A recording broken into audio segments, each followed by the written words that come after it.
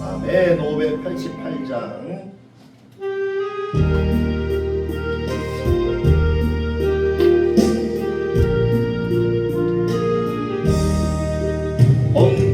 엉뚱나는 새를 보라 농사하지 않으며 곡식 모아 볶아나를 드릴 것이 없소서. 세상 주관하는 주님 새를 먹여주시니 너희 먹을 것을 위해 근심할 것 무엇이냐. 그래 백합화를 보라 농사하지 않아도 솔로몬의 입으로도 인권만 못하는데 아궁 속에 던질 돌도 빙신어는 사랑하는 자녀를 인기시지 않느냐. 너희들은 세상에서 무엇 먹고 마시며 무슨 옷을 입고 살까 염려하지 말아라. 이는 이 땅 사람들이 간구하는 것이요 너희 하늘 아버지 너희 쓸 것하신다. 너는 먼저 주의 나라 그의 의를 구하며 하나님이 모든 것을 너희에게 주시리. 내일 일을 위하여서 아무 염려할지니 내일 염려하지 말라. 오늘 고생 족하다.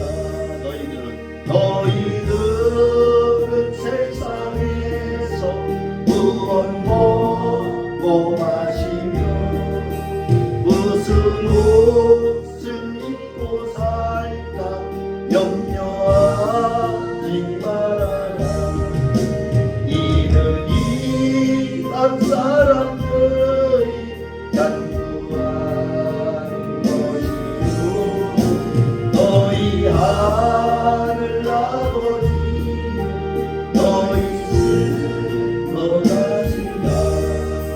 너는 먼저 주의 나라 그의 의를 구하며 하나님이 모든 것을 너희에게 주시리. 내일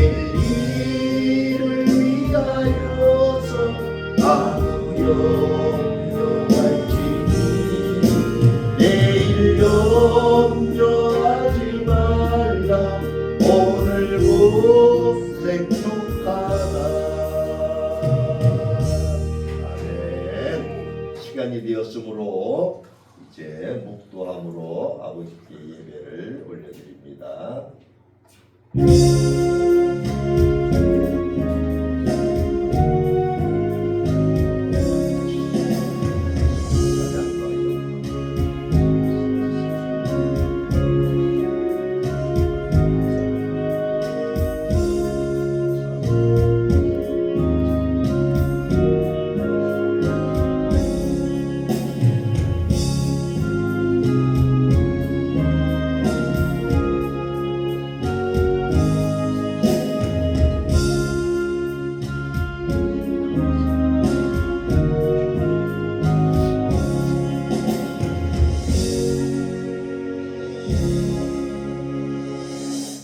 하나님의 말씀은 다 순전하며 하나님은 그를 의지하는 자의 방패시리라.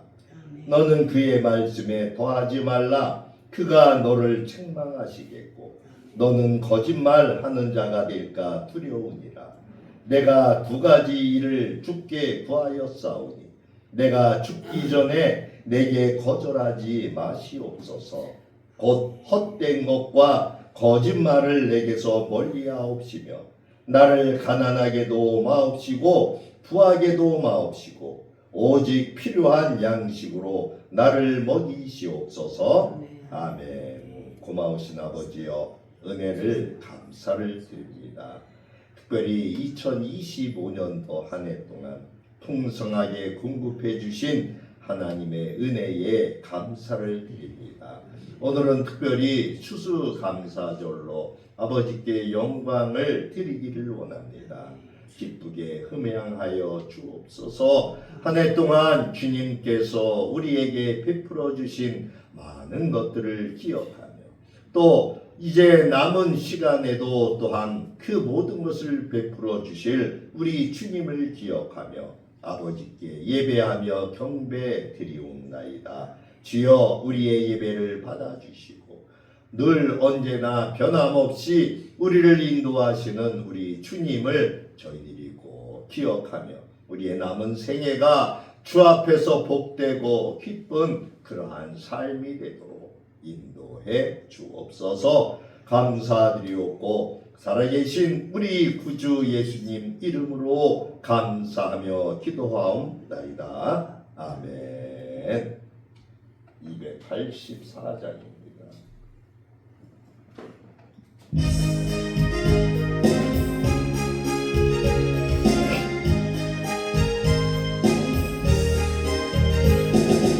오랫동안 죄 가운데 빠져 어렵기가 알자 없던 우리를 아무 공모 없이 구원함으로 하나님의 자녀 지금되었네.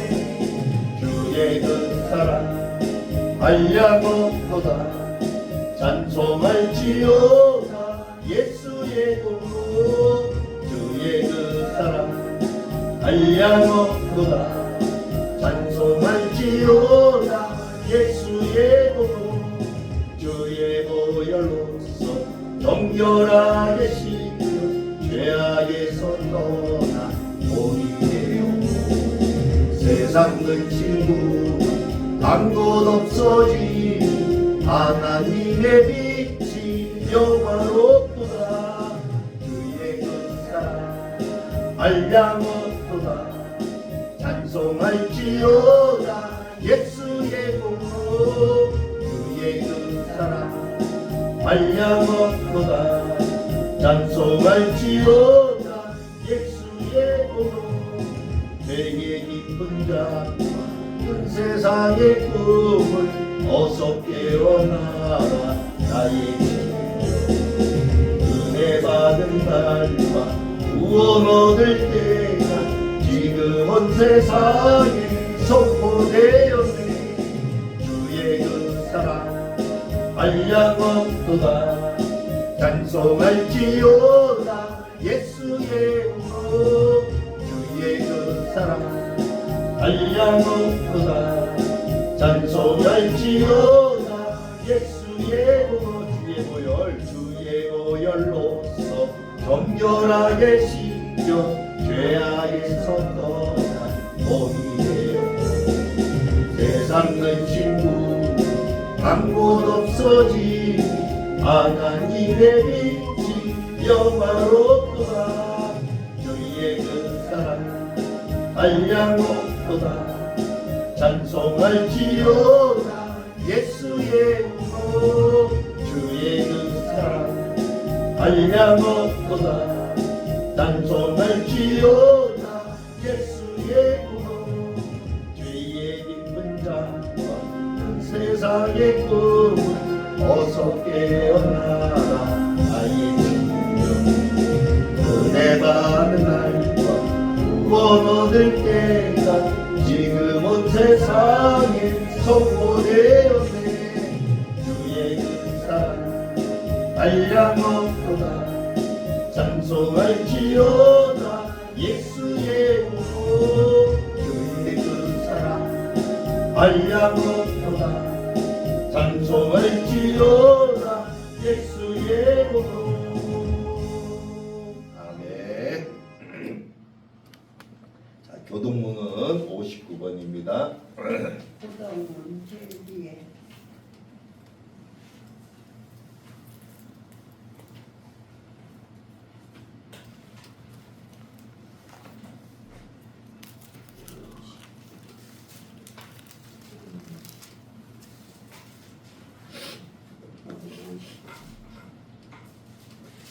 자, 59번 시편 136편에 있는 말씀입니다. 우리 같이 봅니다. 여호와께 감사하라. 그는 선하시며 그 인자하심이 영원하미로다. 신들 중에 뛰어난 하나님께 감사하라. 그 인자하심이 영원하미로다. 주들 중에 뛰어난 주께 감사하라. 그 인자하심이 영원하미로다. 홀로 큰 기이한 일을 행하시는 이에게 감사하라. 그 인자하심이 영원하리로다. 지혜로 하늘을 지으신 이에게 감사하라. 그 인자하심이 영원하리로다. 땅을 무리에 펴신 이에게 감사하라. 그 인자하심이 영원하리로다.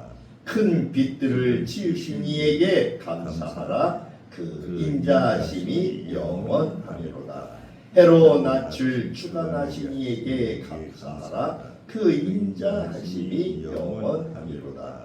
달과 별들로 밤을 주관하신 이에게 감사하라. 그 인자하심이 영원하리로다. 애굽의 장자를 치신 이에게 감사하라. 그 인자하심이 영원하리로다. 이스라엘을 그들 중에 인도하여 내신 이에게 감사하라. 그 인자하심이 영원하리로다. 강한 손과 펴신 팔로 인도하여 내신 이에게 감사하라. 그 인자하심이 영원하리로다. 아멘. 우리의 신앙을 사도신경으로 고백합니다. 전능하사 천지를 만드신 하나님 아버지를 내가 믿사오며 그 외아들 우리 주 예수 그리스도를 믿사오니 이는 성령으로 잉태하사 동정녀 마리아에게 나시고 본디오 빌라도에게 고난을 받으사 십자가에 못 박혀 죽으시고 장사한 지 사흘 만에 죽은 자 가운데서 다시 살아나시며 하늘에 오르사 전능하신 하나님 우편에 앉아 계시다가 저리로서 산 자와 죽은 자를 심판하러 오시리라. 성령을 믿사오며 거룩한 공예와 성도가 서로 교통하는 것과 죄를 사하여 주시는 것과 몸이 다시 사는 것과 영원히 사는 것을 믿사옵나이다. 아멘. 찬송은 아까 불렀던 79장을 다시 좀 부르겠습니다.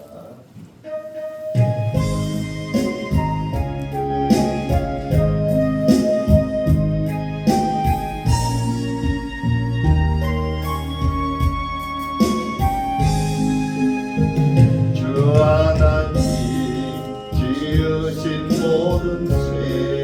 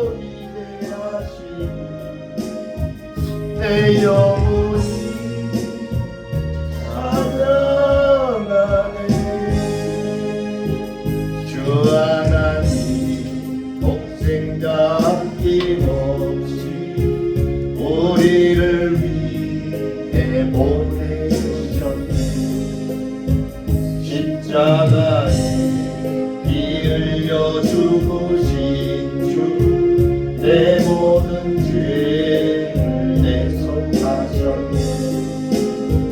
주님의 높고 위대하심을 내 영혼이 찬양하네. 주님의 높고 위대하심을 내 영혼이 찬양하네.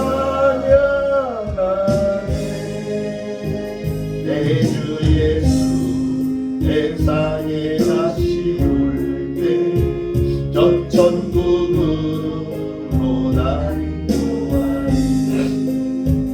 나 겸손히 엎드려 경배하며 영원히 주를 찬양하리라. 주님의 높고 위대하심을 내 영혼이 찬양하네. 주님의 높고 위대하심을 내 영혼이 찬양하네.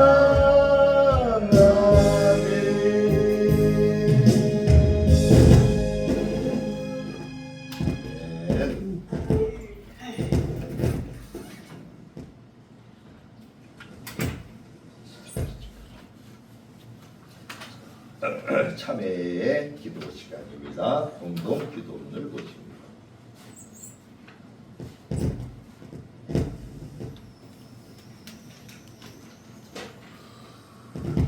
11월 16일 셋째 주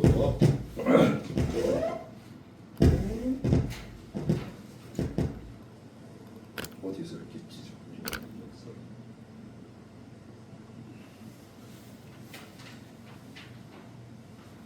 공동 기도문 말씀을 먼저 봅니다.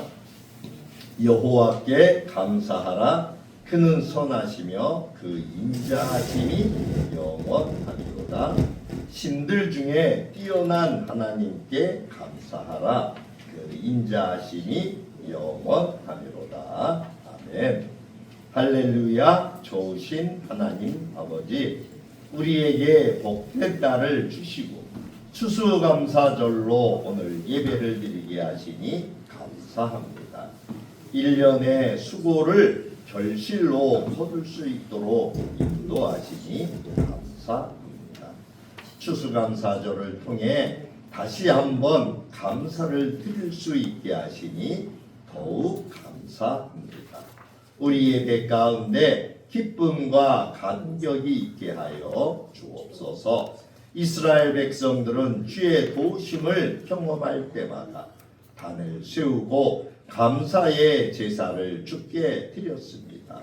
그들은 가는 곳마다 단을 세웠고 주를 예배하며 감사하기를 쉬지 않았던 것을 봅니다. 거룩하신 하나님, 우리도 주의 도우심과 선하심을 경험할 때마다 감사할 수 있는 은혜를 허락하여 주옵소서. 감사의 제단을 쌓게 하시고 주의 도우심을 찬양하게 하여 주옵소서. 1년 동안의 삶 가운데 주의 선한 손이 우리를 여전히 인도해 왔음을 고백합니다. 많이 힘든 일도 어려운 일들도 있었지만 이렇게 또 감사의 자리에 서게 하시니 감사합니다.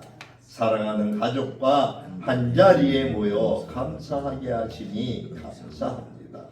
고아들의 아버지 되시는 하나님, 우리에게 임한 풍요로움 때문에 어려움 가운데 있는 사람들을 외면하지 않도록 인도하여 주옵소서. 경제가 많이 어려워지고 실업자가 늘어가며 이로 인해 가정이 무너져 혼자 되어진 사람들이 늘어갑니다. 도움의 손길을 기다리는 사람들이 늘어갑니다.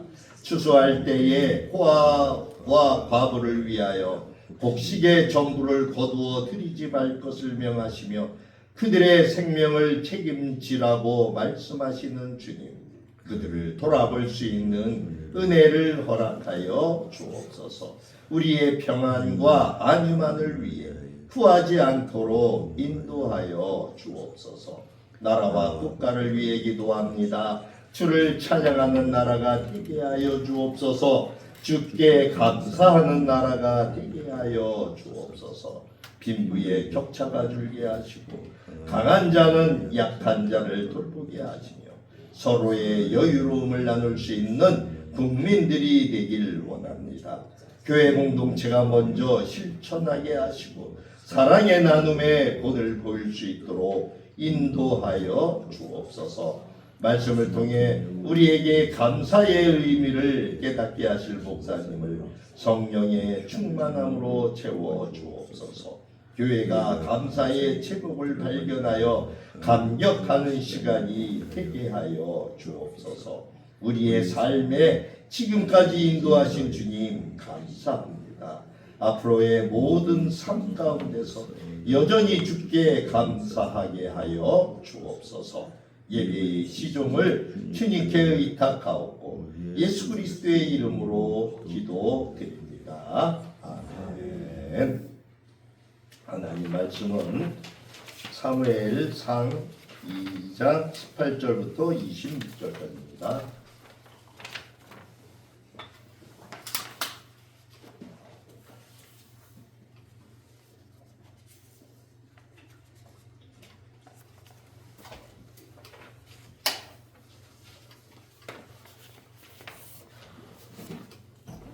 사무엘상 2장 18절부터 26절까지입니다. 조금 긴데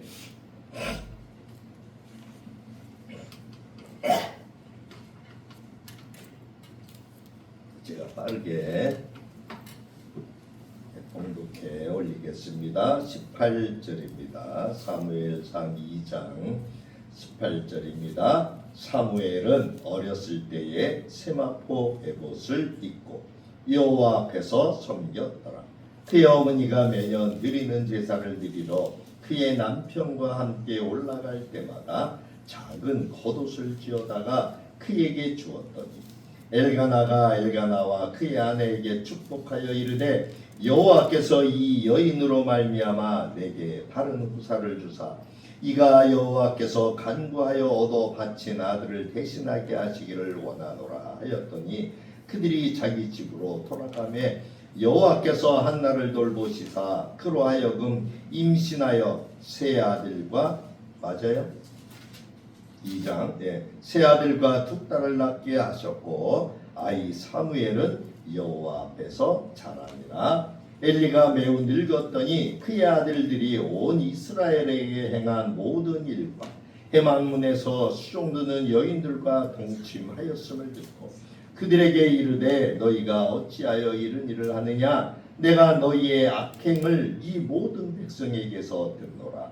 내 아들들아 그리하지 말라. 내게 들리는 소문이 좋지 아니하니라. 너희가 여호와의 백성으로 범죄하게 하는도다. 사람이 사람에게 범죄하면 하나님이 심판하시려니와 만일 사람이 여호와께 범죄하면 누가 그를 위하여 간구하겠느냐 하되 그들이 자기 아버지의 말을 듣지 아니하였으니 이는 여호와께서 그들을 죽이기로 뜻하셨음이더라.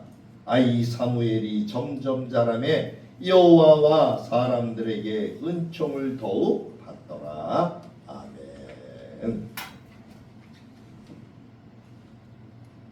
오늘의 말씀의 주제는 믿음의 세대 어떻게 세워질 것인가 라는 제목을 잡아봤습니다. 오늘 여기 소개하고 있는 사람이 있죠. 바로 사무엘이 있었고 엘리의 나쁜 아들들이 있어요. 우리가 앞에 읽지는 않았지만 앞에 12절에 보면은 사무엘상 2장 12절에 보니까 엘리의 아들들은 행실이 나빠 여호와를 알지 못하더라. 그렇게 말하고 있어요. 오늘 본문은 이 한 성전 안에서 두 세대의 이야기를 우리에게 들려주고 있어요. 한쪽에는 이 엘리의 아들들, 그 이름은 홈니와 비느하스라고 1장에 소개하고 있어요. 이들은 제사장 가문이었어요. 근데 금방 12절 말씀처럼 여호와를 알지 못했어요. 여러분, 제사장이면 오늘날로 따지면 목사의 아들이에요. 목사의 아들이 하나님을 알지 못했다라고 이야기하는 거예요. 다른 한쪽에는 누구예요? 사무엘을 지금 소개하고 있어요. 오늘 우리가 읽었던 18절부터 26절까지는 18절부터 21장까지는 사무엘에 대하여 이야기하고 22절부터 26절까지는 아까 12절에서 17절까지 이어서 엘리의 아들들에 대해서 이야기를 하고 있는 겁니다. 이 사무엘은 어머니 한나의 기도로 태어납니다. 그래서 하나님 앞에서 자라며 은총을 받았다. 여기 우리가 읽었던 오늘 본문 2장 21절에 보니까 아이 사무엘은 여호와 앞에서 자랍니다. 이렇게 말씀하고 있어요.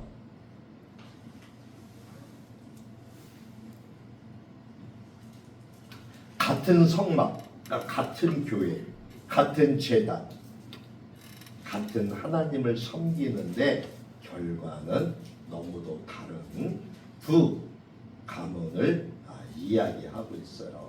하나는 하나님의 심판을 받는 타락의 길을 걷는 세대가 되었고, 또 다른 하나는 하나님의 은혜 속에 자라는 세대가 되었다라고 하는 것입니다.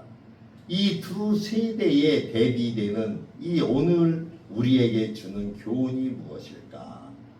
말씀을 가지고 우리가 그 이유를 살펴보려고 해요. 그리고 이제 믿음의 세대는 어떻게 세워지는가라고 하는 것을 우리가 함께 고민해 보려고 합니다. 첫 번째로 엘리의 아들들이죠. 엘리의 아들들은 오늘 읽었던 12절에서 엘리의 아들들은 행실이 나빠서 여호와를 알지 못한다. 교회에는 다녔어요. 그냥 아버지가 제사장이니까 교회 오라고 하도 성화를 부리니까 교회는 다녔어요. 근데 뭐가 없었어요?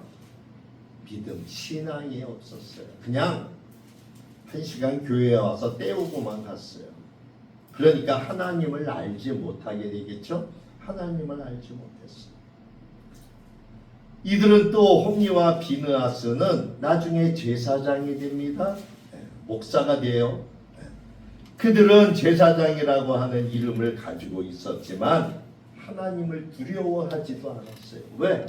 하나님을 제대로 모르니 하나님을 두려워할 수 있겠습니까? 이 홈니와 비느하스 엘리의 아들들의 문제는 단지 도덕적인 문제뿐만이 아니라 영적으로도 무지했다 라고 하는 거예요. 하나님을 알지 못하니까 제사도, 즉 예배도, 봉사도, 성막도, 즉 교회도 모두 자기의 욕심을 채우는 수단이 되어버렸어요. 그들은 백성들이 제사를 드릴 때 제물에서 자신이 원하는 고기를 먼저 뽑아갔어요. 그러니까 하나님께 드리기 전에 자신이 먼저 취한 거예요. 볼까요?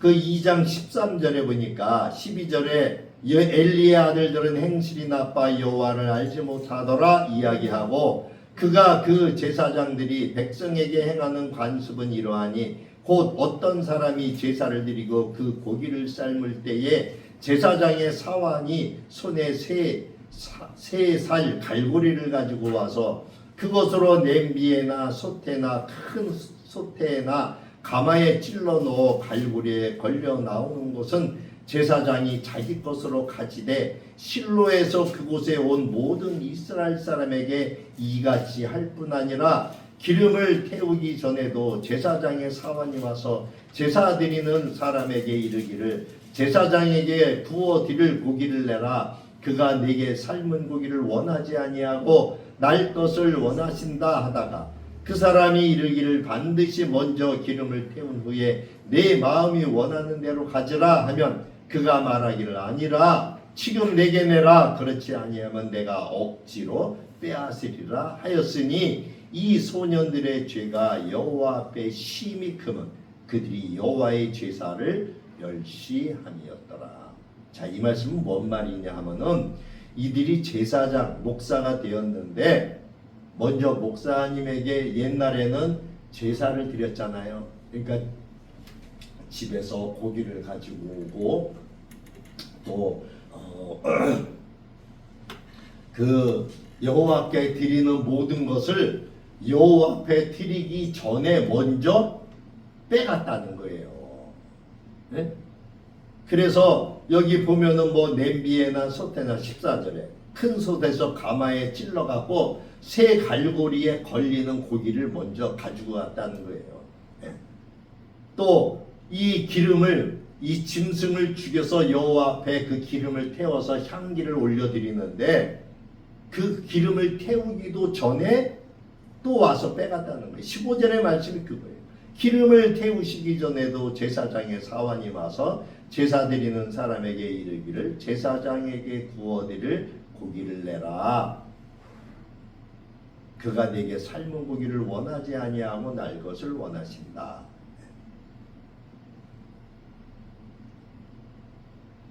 한마디로 17절에 그렇게 이야기하죠. 이 소년들의 죄가 아니 앞에서 제사장이라고 얘기했는데 왜 갑자기 이 사람들을 소년들이라고 했을까?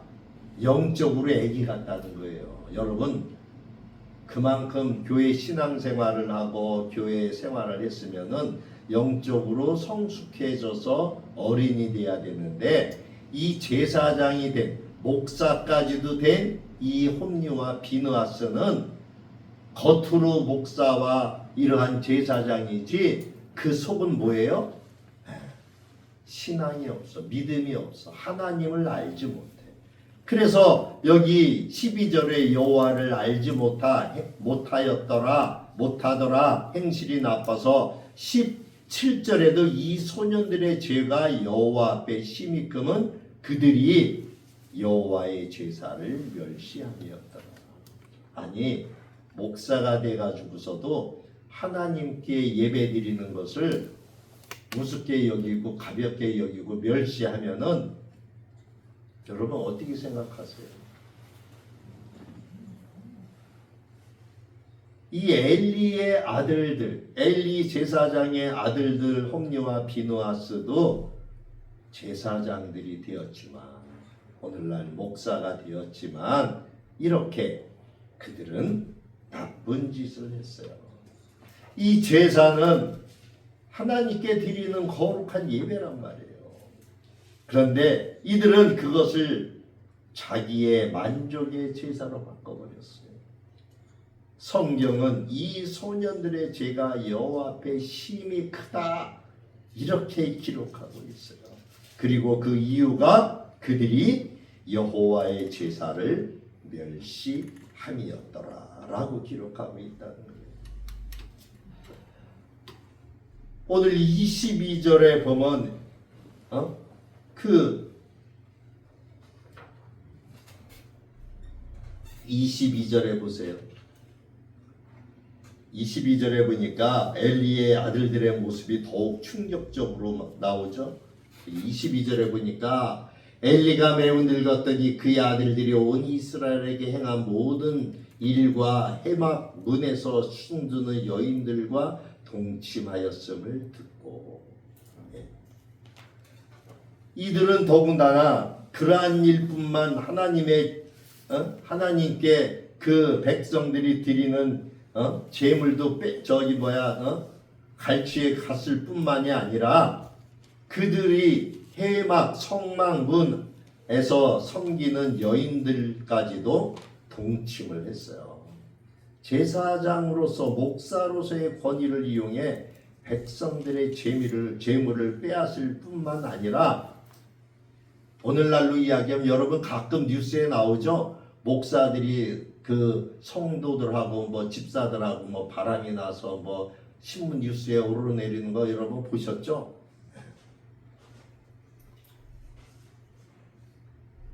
이들이 하는 행실들은 그들의 마음에 하나님을 두려워하지 않았다는 거예요. 오늘 12절에서 이미 벌써 먼저 얘기했잖아요. 이 엘리의 아들들은 행실이 나빠서 여호와를 알지 못하였더라. 근데 이 말은 단지 그냥 지식적으로 율법 지식을 몰랐다는 뜻이 아니에요. 다시 이야기하면 뭐예요? 하나님과의 관계. 하나님은 아버지가 되고 우리는 자녀가 되고, 그죠? 하나님과 인격적인 관계가 없었다는 거예요. 겉으로는 예배를 드리고 성막에서 일하고 백성을 지도하는 이러한 종교인의 모습은 보였어요. 종교인으로서. 그러나 하나님과는 어떤 사람이었어요? 단절된 사람이에요. 오늘날로 이야기하면 뭐라 그래요? 신앙인과 종교인 이렇게 이야기할 적에 종교인과 같은 사람이었어요. 사랑하는 성도 여러분, 오늘날 교회 안에서도 이와 같은 위험이 많이들 있어요. 많이들 지금 드러나고 있어요. 예배는 드리고 봉사도 하지만 정작 하나님과의 관계가 사라진다면은 우리도 또한 엘리의 아들들처럼 될 수 있어요. 저는 어머님 댁에 어머니 아버지 이렇게 가빌 적마다 늘 본 것이 그 앞에 교회를 볼 적마다 그 마음이 항상 제 마음을 찔릅니다. 지금은 이 고등법원에 올라가 있는데 서로 법적으로 너무 심하게 다투는 바람에 어느 누구도 지금은 제사를 못 드려요. 예배를 못 드려요. 서로가 서로를 지금 고발을 해놨기 때문에 거기에서 예배도 못 드려요. 이제 아예 주차장에 줄까지 쳐놨어요.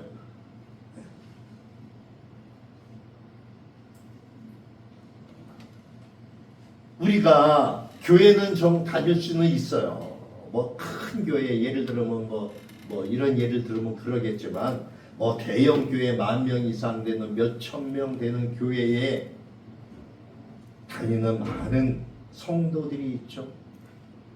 그런데 그들 가운데도 이렇게 하나님과의 관계가 끊어진 사람 또는 하나님과의 관계조차도 제대로 형성되지 않은 사람, 그저 교회 뜰만 밟고 다니는 사람은 이럴 수 있어요. 오늘날에는 그렇게 이야기하죠. 하나님 거를 떼어먹는 게 뭐를 떼어먹겠어요? 지금은 이제 모든 것이 이제 헌금으로 바뀌었잖아요. 그죠? 옛날같이 저 제주도에서 소를 끌고 올라올 수도 없고, 목포에서 염소를 끌고 올 수도 없고, 또 대전에서 양을 끌고 올 수도 없고, 지금은 그냥 맨 몸으로 와서 그냥 하나님께 헌금을 드린다. 근데 어떤 사람은 한 주간 동안 기도하고 또 이렇게 저기 하면서 예물을 준비해서 갖다 하나님께 드리는 사람이 있는가 하면은 어떤 사람은 주머니에서 봉투에 넣지도 않고 10,000원짜리 5,000원짜리 그냥 주머니에 손에 닿는 데를 끊어서 헌금을 드리는 사람들도 많아요. 제가 신학교에 이렇게 교수로 있으면서 거기는 다 목사님들, 전도사님, 강도사님 이런 분들이 신학교니까 와서 예배를 드리잖아요. 그들도 똑같아요. 그런 사람들이 많아요. 준비해서 봉투를 미리 준비해서 드리는 사람들은 몇 사람 그냥 헌금 시간 됐으니까 주머니에 손 넣어갖고 보지도 않고 넣는 것 같아요. 어떤 때 제가 헌금 집계를 하다 보면 1,000원짜리도 있어. 5,000원짜리도 있고. 하나님의 일을 하기 위해서 신학교까지 와가지고 전도사가 되고 강도사가 되고 목사가 됐는데도 마음이 그래요. 우리는 안 그럴 것 같습니까? 우리 또한 오늘 여기 엘리의 아들들처럼 이렇게 될 수가 있는 거예요. 이 엘리의 아들들의 죄, 이 아들들은 죄를 듣고 책망을 해줘. 이 아버지가, 그죠? 여기 20 몇 절이에요? 22절에 23절에 보니까 그들에게 이르되, 이제 아버지 엘리 아버지가 얘기하는 거예요. 너희가 어찌하여 이런 일을 하느냐? 내가 너희의 악행을 이 모든 백성에게 듣노라. 내 아들들아, 그리하지 말라. 내게 들리는 소문이 좋지 아니하니라. 너희가 여호와의 백성으로 범죄하게 하는도다.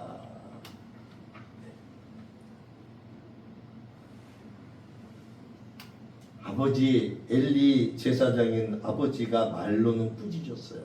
그런데 아버지가 이제 연세가 많았죠. 여기 앞에 22절에 엘리가 매우 늙었더니 이렇게 지금, 그래서 엘리 제사장의 그 직분이 아들들인 홈니와 비느하스에게 이제 그들이 제사장을 역할을 하는데, 이들이 그냥 평소에 행했던 대로 그렇게 하나님을 두려워하지 않고 목사가 돼가지고서, 제사장이 돼가지고도 그러한 짓을 하고 있는 그러한 소문이 엘리 아버지 제사장한테도 들었단 말이에요.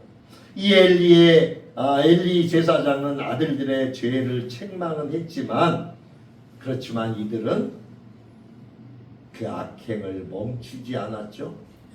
말로는 꾸짖었어요. 그렇게 하면 안 된다고 꾸짖었지만, 그러나 아버지의 영적 권위는 이제 매우 늙었기 때문에, 여기서 엘리가 매우 늙었다라고 하는 것은 이 엘리 제사장이 이제 나이가 먹어가다 보니까 신앙이, 믿음이 어떻게 되는 거예요? 믿음이 떨어졌다는 거예요. 여러분, 평생을 젊었을 때부터 열심히 하나님을 섬겼어요. 20년이고 30년이고 교회를 쫓아다니고 봉사도 하고 여러 가지 일을 했는데, 이제 나이 들어서 몸이 어렵고 힘들어지고 저기 하니까 예배를 자꾸 빼먹어요. 이러면 안 돼요. 죽을 때까지 우리는 하나님 앞에 붙어 있어야 돼요. 나무에 가지가 붙어 있듯이 붙어 있어야지만 우리가 하나님으로부터 칭찬받고 구원을 받을 수가 있는 거예요. 여기 이들은 하나님의 일꾼이 되었잖아요. 이 엘리 아들. 그런데도 그들은 악행을 끊지 못하고, 즉 세상에서 하던 그러한 일들을 멈추지 않고 그들은 영적인 권위도 세우지 못했어요. 목사가 됐는데도 목사로서의 존경을 받지 못했다는 얘기겠죠. 영적 권위를 세우지 못했다. 그 결과 하나님은 이 가문, 엘리의 가문을 어떻게 심판하셔요? 여기 보세요. 25절의 끝에 보니까 중간에 그들이 자기 아버지의 말을 듣지 아니하였으니 이는 여호와께서 그들을 죽이기로 뜻하셨습니다. 원로 목사 되신 원로 목사 엘리 아버지의 말도 이 제사장의 직을 물려받은 이 아들 목사들이 따르지를 않았어요. 오늘날 대형 교회에 많은 목사님의 자제들이 거의 목사님이 돼요. 그죠? 대형 교회에 보면은 그런 얘기를 해요. 저희 노예에도 보면은 그 목사님 아들, 딸, 아들은 지금 목사가 됐고 딸은 전도사가 돼서 그 교회에서 같이 섬기는데, 대형 교회들은 뭐 더 하겠죠. 더 많이 있겠죠. 그럼 저기들이, 하나님은 이러한 악행을 하는 그 엘리 가문, 그러니까 엘리 아버지의 그 수고조차도 어떻게 되어버려요? 헛것이 되어버렸어요. 왜? 영적으로 바로 다스렸어야 됐는데 그렇지 못했다는 거예요.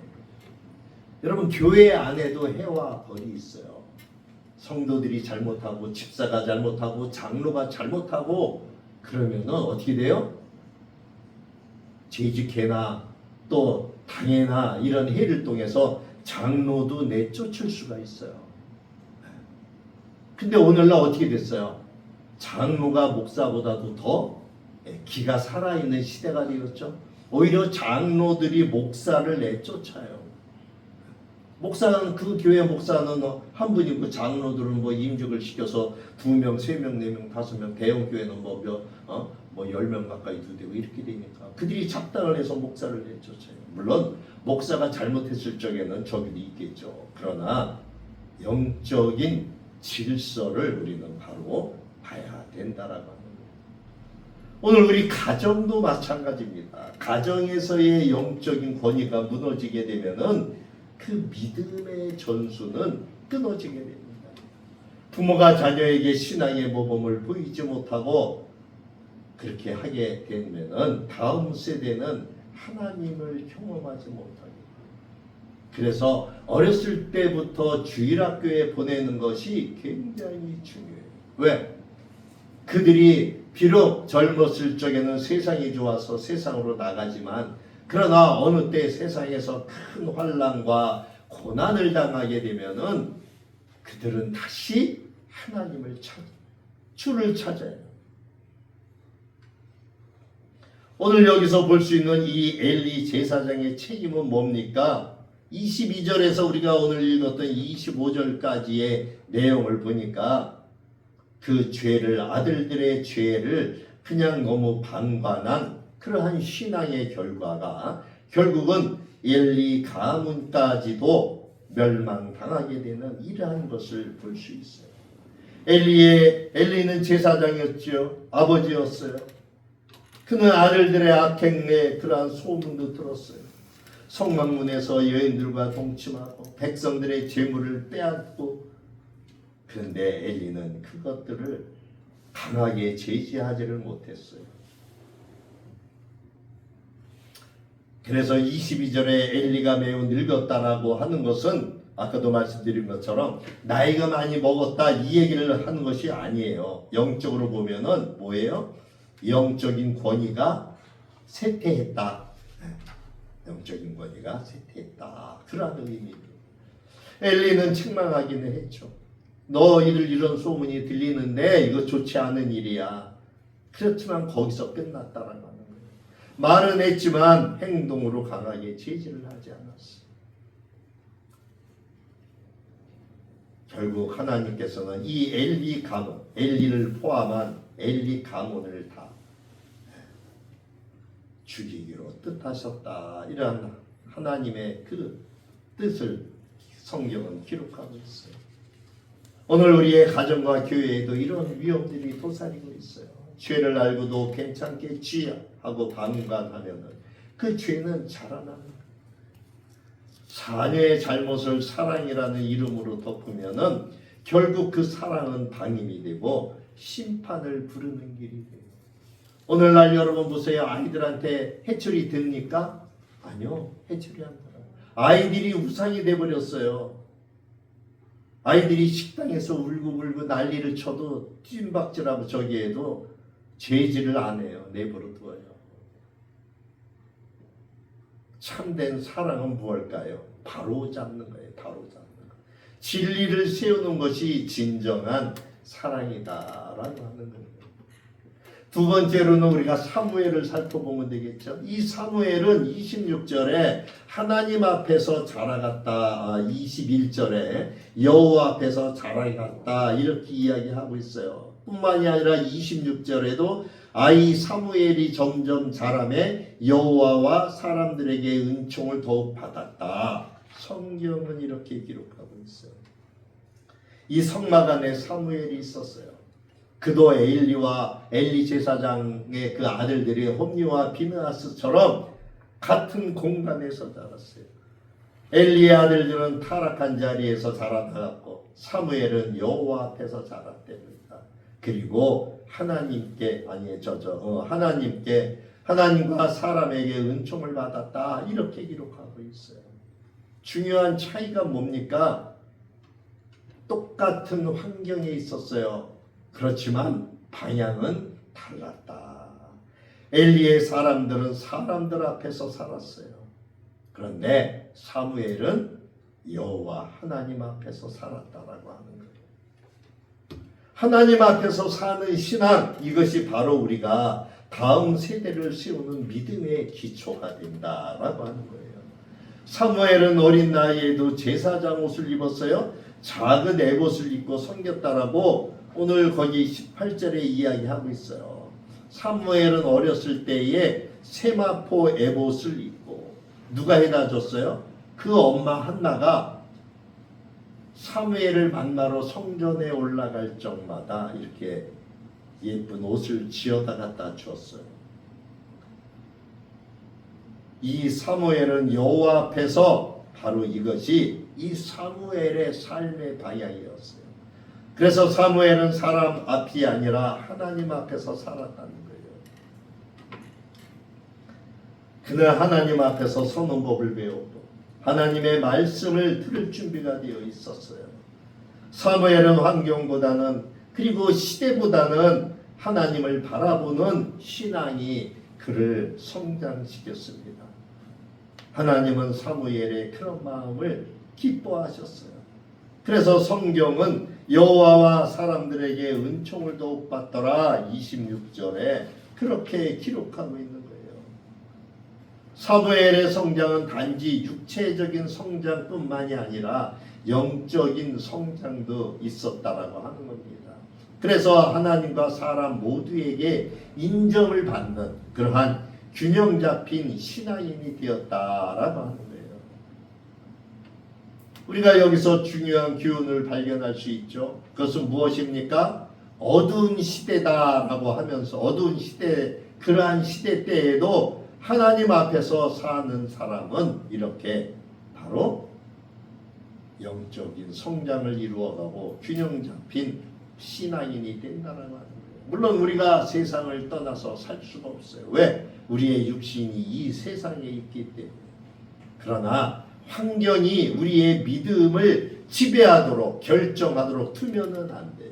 우리는 우리의 의지를 가지고 세상이 우리를 지배하지 못하게끔 우리의 의지로 나타내야 되는 거예요. 하나님을 바라보는 방향이 우리의 인생을 결정한다라고 하는 것입니다.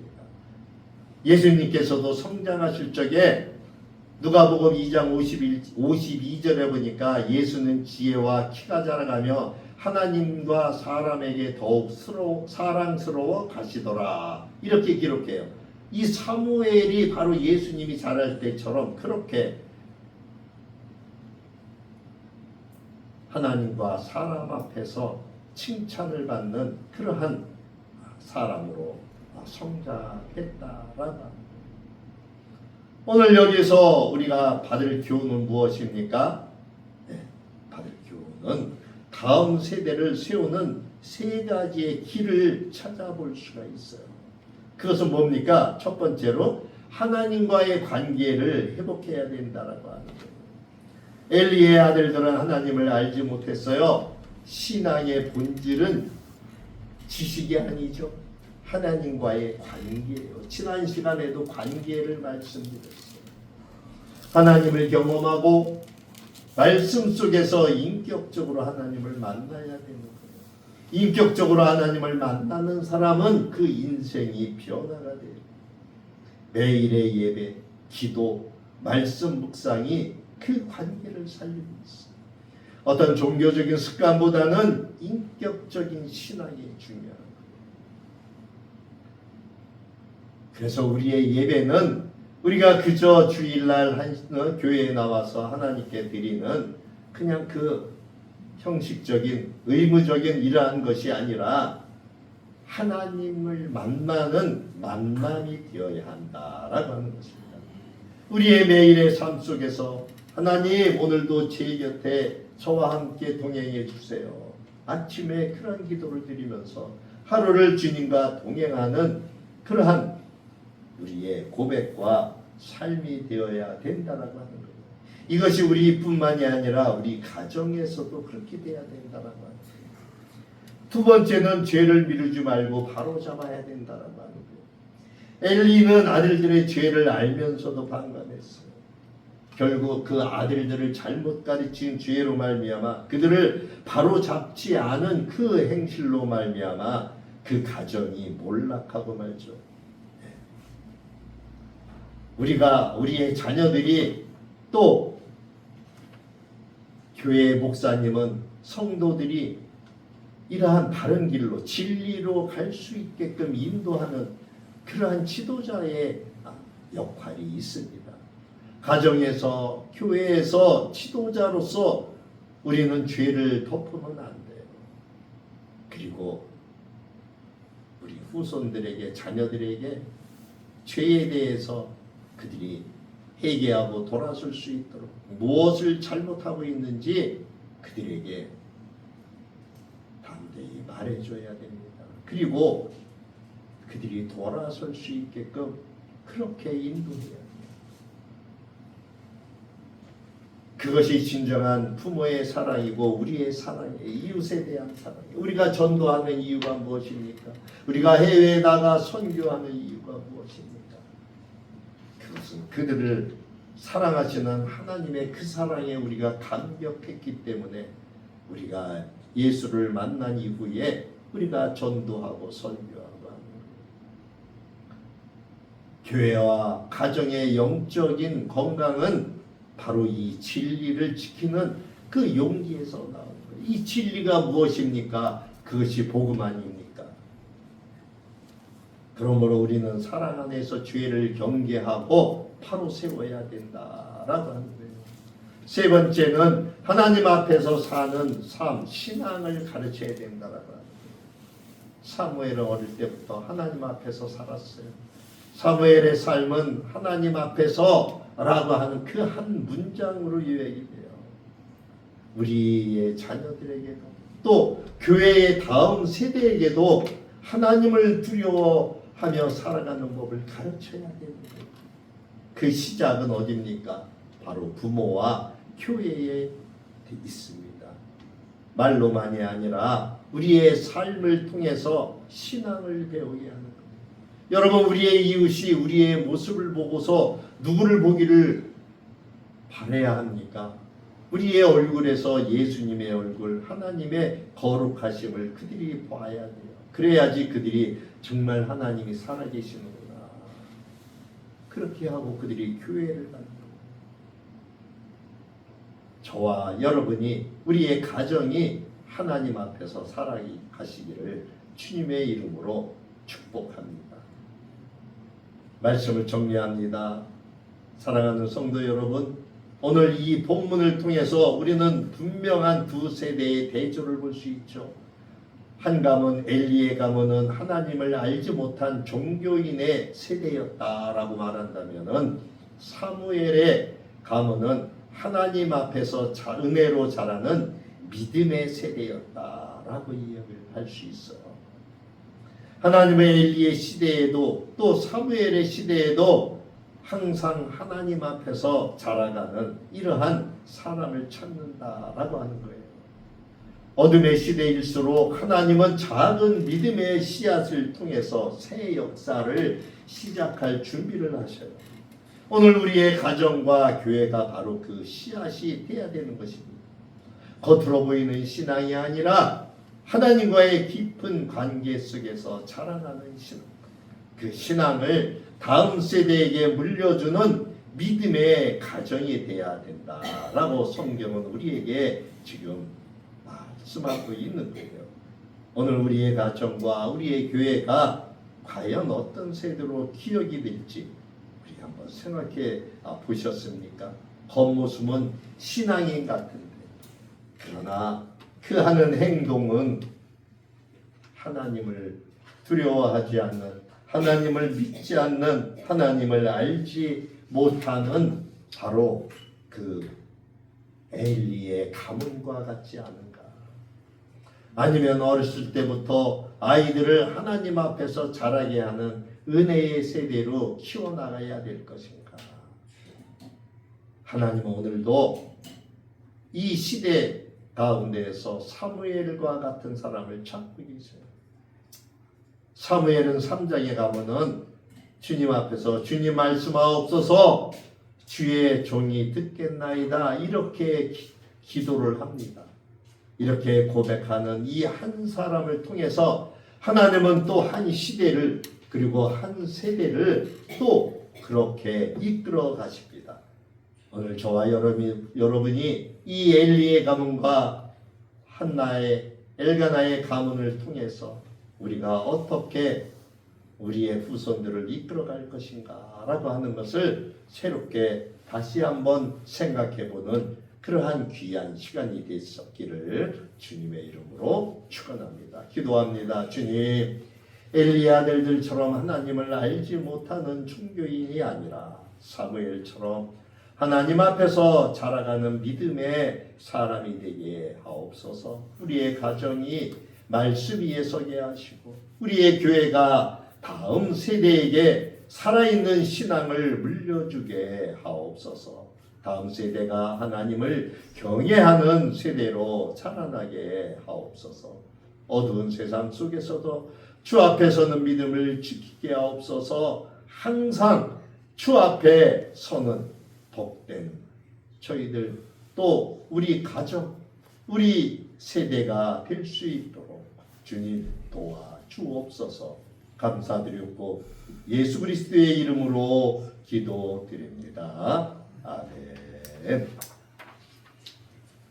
210장 찬양하며 예물을 올려드립니다.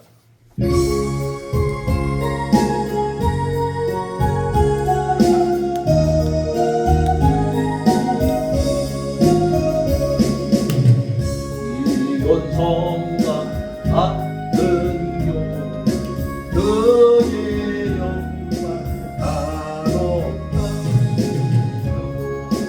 하신 말씀대 주가 지세웠다. 반석이 세운수 은글자가 누구냐. 모든 원수 애워싸는 아무근 시험보다 생명샘 솟아나 모든 성도하시니 언제든지 흘러놓은 부족함이 없도다. 이런 흘러가 목마른 자 누구냐. 주의 은혜 음족하여 넘치고 넘친다.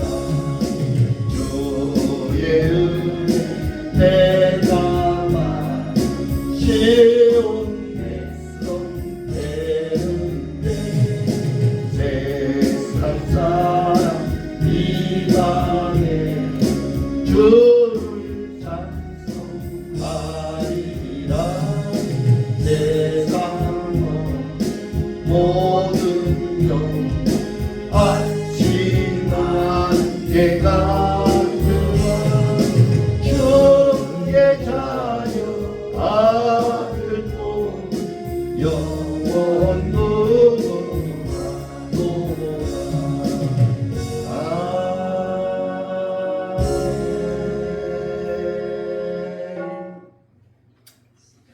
기도합니다. 고맙습니다. 주님, 오늘도 귀한 말씀 주심에 감사를 드립니다. 추수감사절을 통해서 하나님께 영광 올려드립니다. 오늘도 아버지 앞에 10의 1조와 선교헌금과 또 주일주정헌금과 추수감사 헌금으로 올려드립니다. 기쁘게 음양하여 주시고 하나님 예물이 쓰여지는 곳마다 하나님의 놀라운 은혜와 오병이어의 기적으로 함께하여 주옵소서.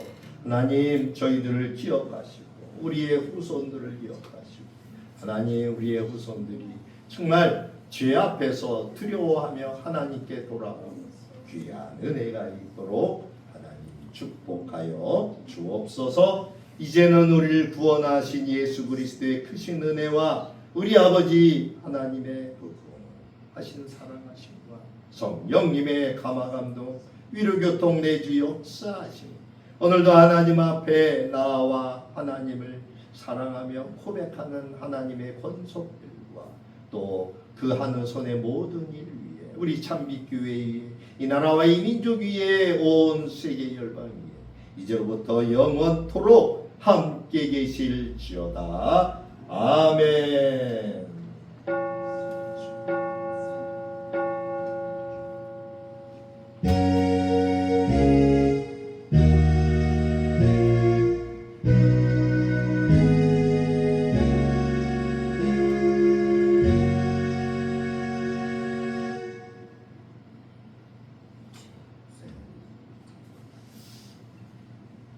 마쳤습니다.